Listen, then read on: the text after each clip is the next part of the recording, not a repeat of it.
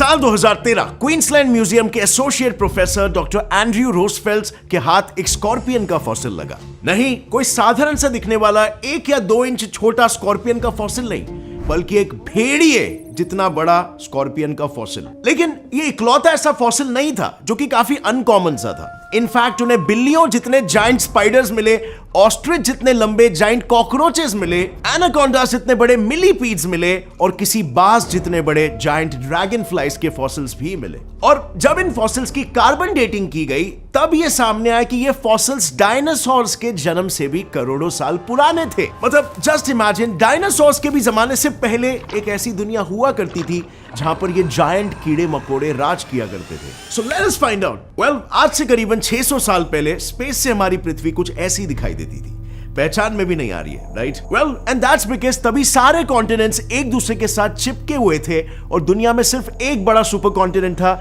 जिसका नाम था पेनोटिया सुपर कॉन्टिनेंट।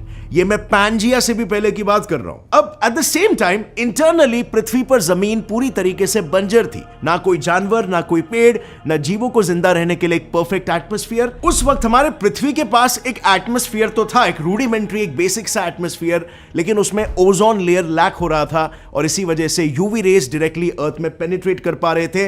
और अगर कुछ लाइफ फॉर्म क्रिएट होने की कोशिश भी कर रही थी, जन्म लेने की कोशिश भी कर रही थी, तो यूवी रेस उसे हार्म करके, डैमेज करके उसे डिस्ट्रॉय कर दे रहे थे। बट बायोलॉजी में जैसे हमेशा कहा जाता है कि life always finds a way to proliferate, उसी तरीके से हमारे पुराने अर्थ में भले लैंड में लाइफ पॉसिबल नहीं था, लेकिन पानी में तो था। और पानी में स्लोली करके लाइफ डेवलप होने लगा in the form of amoeba और बाद में जाके थोड़ा मोर कॉम्प्लिकेटेड फॉर्म यानी कि algae.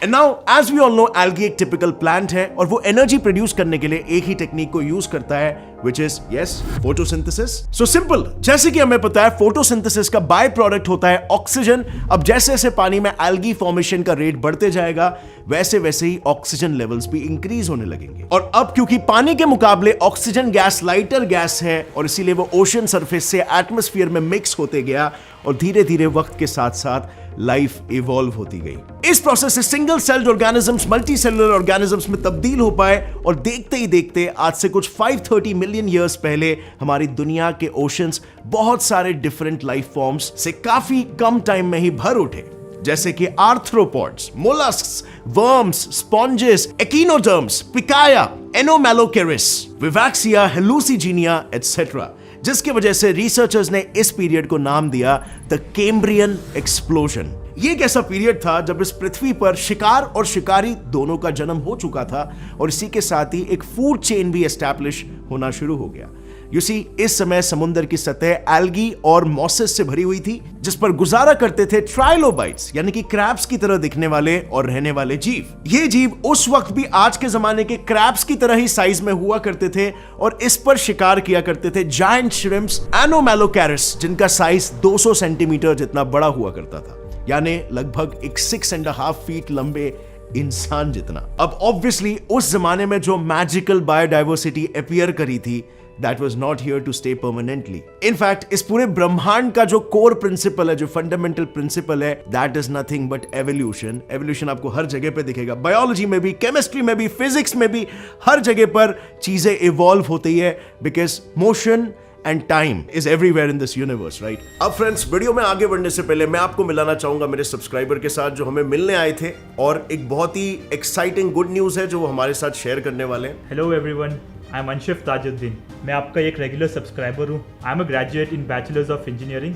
In electronics and telecommunications department from Thakur college of engineering and technology. So I am a very career focused guy, and by watching sir's video I got to know about this re-level website by an academy, and by this I got to know about this. We clear this exam, then we can get a placement in a very attractive company with a cherry picking package. That's so एक test होता था जो clear करना होता था? Yes, that एक test होता था। आपने टेस्ट क्लियर कर लिया? Yes, that's right, एक टेस्ट क्लियर कर लिया। तो इसका प्रोसीजर कैसा है? So basically the step says आपको वेबसाइट पे जाना है फर्स्ट ऑफ ऑल, relevel.com। एक बार अच्छे से ग्लैंस कर लीजिए उसको, देख लीजिए क्या क्या ऑफर करता है, and then after that you have to apply for it. उसके बाद एडमिशन फॉर्म भरना पड़ेगा and it's natural process, you can do that, everyone can do that. एक डिटेल में भर दीजिए next step is to go through the courses खत्म होने के बाद you will get an idea of where you want to go, the companies which you want to apply for, the exam, how to clear it. So basically इनका जो सबसे interesting point है वो ये है कि यहाँ पर आपका डिग्री इतना मैटर नहीं करता है, बस आपको टेस्ट क्लियर करना है. टेस्ट आपने क्लियर कर लिया तो आपको बेस्ट से बेस्ट पैकेजेस दिलाते हैं. सो री-लेवल इस मामले में बहुत इंटरेस्टिंग है कि आपको बेसिकली टेस्ट क्लियर करना है. आपकी डिग्री इतना मैटर नहीं रखती, बट आपने टेस्ट क्लियर कर लिया तो आपको आपके डिग्री से बेहतर जॉब भी मिल सकता है. यहाँ पर 800 से भी ज्यादा स्टार्टअप्स और कंपनीज है जो कैंडिडेट्स को हायर करने के लिए रेडी है. So click on the link in the description below,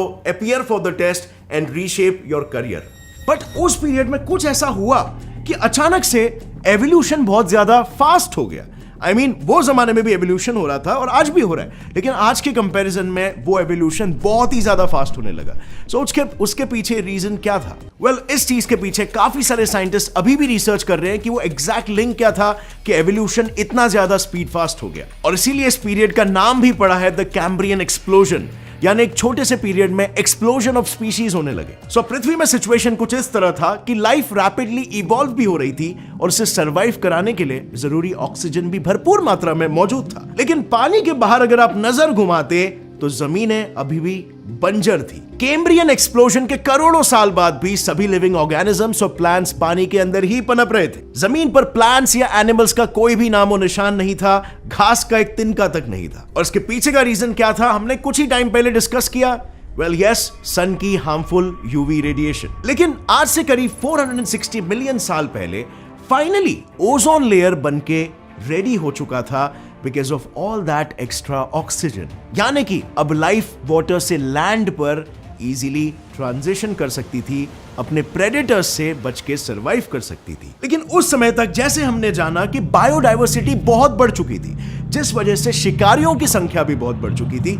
और वो शिकारी भी मामूली साइज के नहीं थे, बल्कि इतने विशालकाय थे कि वो हमारे आज के ग्रेट व्हाइट शार्क्स से भी बड़े हुआ करते थे. और इसीलिए फिर उनसे बचने के लिए कुछ जानवरों ने हमारे जमीन की तरफ अपने कदम बढ़ाए और आर्थ्रोपॉड्स, रेप्टाइल्स और बाकी के सभी ऑर्गेनिजम्स ने जमीन पर अपनी नई दुनिया बनाना शुरू कर लिया. लेकिन इन ऑर्गेनिजम्स द्वारा बनाई गई दुनिया तो बस एक शुरुआत थी, क्योंकि आने वाले कुछ ही सालों में वक्त के साथ इस दुनिया का नक्शा ही बदलने वाला था. जैसे ही लाइफ ने जमीन पर कदम रखा, मानो वो जैसे दौड़ने ही लगे. एल्गी जैसी सिंगल सेलुलर बीइंग्स फंगस में तब्दील हो गए, फंगस से छोटे प्लांट्स और छोटे प्लांट से 100 फीट लंबे पेड़ों में इवॉल्व हो गए. और बस फिर क्या था, पूरे पृथ्वी पर एक घना बड़ा सा ट्रॉपिकल जंगल खड़ा हो गया जो बहुत हद तक आज के फॉरेस्ट की तरह ही दिखता था. इस पीरियड को रिसर्चर्स ने नाम दिया द कार्बोनिफेरस पीरियड. अब इस पीरियड का नाम सुन के अगर आपको यह लग रहा होगा कि it is somehow related to carbon, well then you are right. See, इस समय तक ट्रीज और प्लांट लाइफ फॉर्म हो चुकी थी, पर जैसे हम सब जानते हैं अगर कोई भी चीज जन्म लेती है तो उसका अंत होना भी तय होता है. और वैसे ही ट्रीज तो बढ़ रहे थे, पर एक समय के बाद वो मर भी रहे थे. लेकिन बस प्रॉब्लम ये थी कि इन ट्रीज के मरने के बाद उन्हें डिकम्पोज करने वाले बैक्टीरिया अभी तक इवॉल्व ही नहीं हुए थे, जिसकी वजह से इन मरे हुए पेड़ों पर वक्त के साथ मिट्टी की परत जमा होती गई और पेड़ जमीन के और नीचे नीचे धंसते गए. और फिर जितने वो नीचे धंसते गए, टेम्परेचर और प्रेशर बढ़ता गया. और कई सालों के हाई प्रेशर और टेम्परेचर्स के बाद ये ट्रीज कोल में कन्वर्ट हो गए. यस, बेसिकली आज हम जिस कोल की मदद से एनर्जी जनरेट करते हैं वो इस पीरियड में, मतलब आज से 358 मिलियन साल पहले मरे हुए पेड़ों के फॉसिल्स हैं. और सैडली हम इस फ्यूल को भी ऑलमोस्ट खत्म ही कर चुके हैं. पर लकीली इनमें से कुछ पेड़ कोल में कन्वर्ट हुए ही नहीं और उनके फॉसिल्स रिसर्चर्स के हाथ लगे, जिन्हें स्टडी करने के बाद यह सामने आया कि करोड़ों साल पहले मिले हुए फॉसिल्स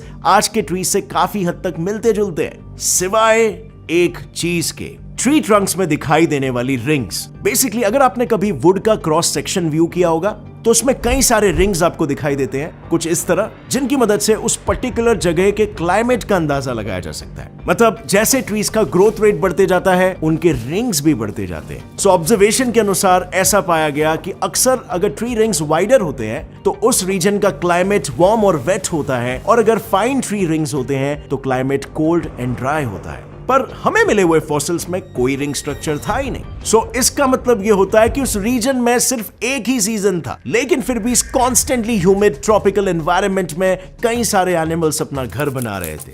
एक्चुअली अगर टेक्निकली देखा जाए तो इन्हें एनिमल्स बोलना थोड़ा सा गलत होगा, क्योंकि उनका सिर्फ साइज एनिमल्स इतना बड़ा था लेकिन वो तो साधारण से इंसेक्ट्स थे। पर अब क्योंकि इनका साइज ही इतना विशाल था और इसी वजह से उस दौरान दुनिया पर इन्हीं का ही राज था। अब एग्जाम्पल के तौर पर इस मिलीपीड को ही ले लो। पिक्चर में भले ही छोटा दिख रहा होगा, लेकिन इसका साइज एक घोड़े जितना बड़ा हुआ करता था। एंड नॉट ओनली दिस, उस समय के giant dragon flies known as Meganeura amphibians और वर्टिब्रेट्स का शिकार किया करते थे। इनफैक्ट वो उस समय के दूसरे छोटे इंसेक्ट्स को भी अपना शिकार बनाते थे और इनका साइज और वजन भी एक कौवे जितना बड़ा हुआ करता था। अब क्योंकि इनके पहले हमें कोई जानवर नहीं मिला जो उड़ सकता था, तो ऐसा एज्यूम किया जाता है कि शायद कि यही वो सबसे पहले जीव हुआ करते थे जो उड़ सकते थे। और अब मैंने शायद इसीलिए यूज किया क्योंकि अभी भी डिस्कवरीज जारी है, यानी हो सकता है इसके पहले भी उड़ने वाले जीव मौजूद हुआ करते थे जो अभी तक हमें नहीं मिले। But now ironically tables have turned. आज यही ड्रैगन फ्लाइज इन एम्फिबियंस और वर्टिब्रेट्स के शिकार हुआ करते हैं। मानो जैसे समय का पहिया चलता है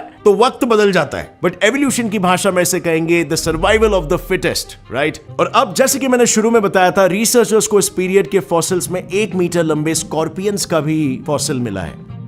तो यहां नेचुरल क्वेश्चन ये आता है कि ये सभी इंसेक्ट्स का साइज इतना बड़ा होने के पीछे वजह क्या थी? वेल, यू सी, उनके इतने बड़े साइज के होने के पीछे की वजह थी उनका रेस्पिरेटरी सिस्टम। इंसेक्ट्स के पास हमारे जैसे लंग्स नहीं होते और ना ही वो नाक से सांस लेते हैं। वो ब्रीदिंग के लिए उनकी स्किन का यूज करते थे। बेसिकली इन इंसेक्ट्स की स्किन पर पोर लाइक स्ट्रक्चर्स होते थे which is known as spiracles. इसकी मदद से इंसेक्ट्स ऑक्सीजन को बॉडी के अंदर एब्जॉर्ब करते हैं। अब क्योंकि 300 मिलियन साल पहले ऑक्सीजन की मात्रा आज के मुकाबले 15% ज्यादा थी और इसीलिए जितना ज्यादा ऑक्सीजन उतनी बड़ी स्किन और जितना कम ऑक्सीजन उतनी छोटी स्किन। इनफैक्ट साइंटिस्टों ने जब एक कंट्रोल्ड एनवायरनमेंट में इंसेक्ट्स को आर्टिफिशियली हाई ऑक्सीजन सप्लाई देना शुरू किया, तब उन्होंने ये ऑब्जर्व किया कि उन इंसेक्ट्स की नई जनरेशन का साइज पिछली वाली से काफी ज्यादा बढ़ चुका था। पर जल्द ही इन सारे बड़े जीवों का अंत एकदम नजदीक था क्योंकि अर्थ रेडी हो चुका था अपने सबसे बड़े मैस एक्सटिंक्शन के लिए, which is Permian mass extinction. पृथ्वी पर टेक्टोनिक प्लेट्स की मूवमेंट्स की वजह से जगह जगहों पर वोल्केनिक इरप्शंस होने लगे और वोल्केनो से निकला सल्फ्यूरिक गैस एटमॉस्फेयर में घुलने लगा, जिससे कि पूरी दुनिया पर सल्फ्यूरिक एसिड की बारिश होने लगी। इसकी वजह से एटमॉस्फेयर में कार्बन का लेवल बढ़ते गया और ऑक्सीजन लेवल कम होते गए और अब ये तबाही इतनी विशाल थी कि इसमें दुनिया के 95% ऑर्गेनिजम्स विलुप्त हो गए। दुनिया फिर एक बार मानो बंजर सी हो गई और जितने भी जीव बचे थे वो समय के साथ साथ एटमॉस्फेयर में ऑक्सीजन की मात्रा कम होने की वजह से उन इंसेक्ट्स का साइज भी छोटा होते चला गया। सो अब यहां पर हमें एक पैटर्न कंसिस्टेंट नजर आता है। दुनिया में जितने भी मैस एक्सटिंक्शंस हुए, उन सभी एक्सटिंक्शंस में जो बड़े जीव हैं उनका अक्सर खात्मा हो जाता है, लेकिन जो छोटे जीव होते हैं वो अक्सर बच जाते हैं क्योंकि वो कहीं ना कहीं छुप जाते हैं या फिर वो अपनी एक अच्छी सी इकोसिस्टम ढूंढ लेते हैं। और ऐसा ही कुछ उस वक्त भी हुआ। जो बचे कुचे छोटे छोटे जीव बच गए थे, उन्होंने फिर बाद में जन्म दिए आगे की प्रजातियों को। सो फ्रेंड्स, ये जो हमने सीरीज ऑफ इवेंट्स डिस्कस किए, ये सीरीज ऑफ इवेंट्स एक्चुअली में डायनासोर के पहले के। सो इमेजिन करो अब तक डायनासोर्स भी नहीं आए और पृथ्वी पर कितना कुछ हो चुका है लाइफ को लेकर। अब ये लाइफ का विषय मुझे पर्सनली काफी ज्यादा फैसिनेट करता है कि कैसे एक सिंगल सेलुलर फॉर्म से, यार सिंगल सेलुलर भी छोड़ो, उससे पहले कैसे जस्ट कुछ बेसिक लाइफ के कॉन्स्टिट्यूएंट से प्रोटीन्स, लिपिड्स, न्यूक्लिक एसिड्स, ये सबसे आगे जाके लाइफ इवॉल्व हो चुकी, कैसे डीएनए बना, कैसे इंफॉर्मेशन ट्रांसफर पॉसिबल हो पाया। Well, this is truly beauty of nature. और इस पे मैंने एक लाइव स्ट्रीम कंडक्ट किया था। उस लाइव स्ट्रीम का टॉपिक होगा why science says God doesn't exist. वो आप ऊपर आई बटन पर दबा के देख सकते हो। अच्छा खासा 3 घंटे का लाइव स्ट्रीम में आपको बहुत ही ब्रिलियंट पर्सपेक्टिव मिलेगा कि लाइफ की ओरिजिनेशन एक्चुअल में कैसे हुई थी। अगर इस वीडियो से आपको कुछ भी नया सीखने मिला, एक लाइक जरूर ठोकना। Get set fly science channel को भी सब्सक्राइब कर लो और बेल नोटिफिकेशन दबाओ ताकि आगे आने वाली हमारी कोई भी वीडियो की अपडेट आप मिस ना कर सको। See you next time friends. Till then as always stay curious, keep learning and keep growing. Jai Hind.